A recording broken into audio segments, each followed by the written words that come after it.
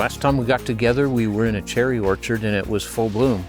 And there were bees working the flowers and a lot going on there. Beautiful, beautiful time of year. And it doesn't last very long. Now almost all areas in the state are moving past bloom, where now we've got a lot of leaves in place, and instead of flowers we've got small green fruit developing. Every day things look different, and as orchard owners, orchard managers, we're watching how the trees are responding to the weather and to the crop load, trying to make sure they have the nutrition they need and the water they need at the right time.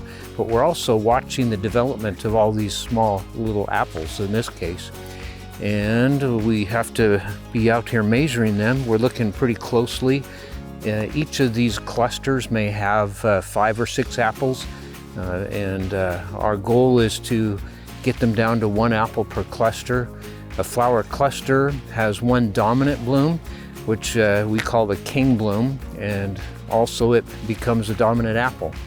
In that case, with the competition, some of the smaller apples start to fall off naturally, and then we do a lot of thinning approaches where we're actually ultimately coming in by hand and spacing the apples out to the correct distance for optimum size and quality, and then also getting them down to generally 1 apple per cluster. If we were to stop and look here, there's a cluster, for an example, that has a nice new shoot in the middle of it, but also there's 6 apples here.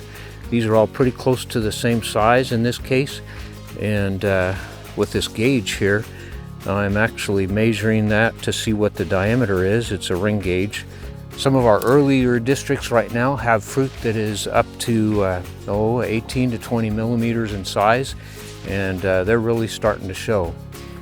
Amazing how just a few days can make a big difference. In optimum conditions, an apple may be growing 1 millimeter a day, but when it gets warm and the leaves are developing, there's a huge demand in that root zone, in that transpiration in the tree, where it's pulling not just water, but nutrients and vitamins, minerals, nitrogen up through the roots into the tree itself and building all of these leaves. It's a fascinating process.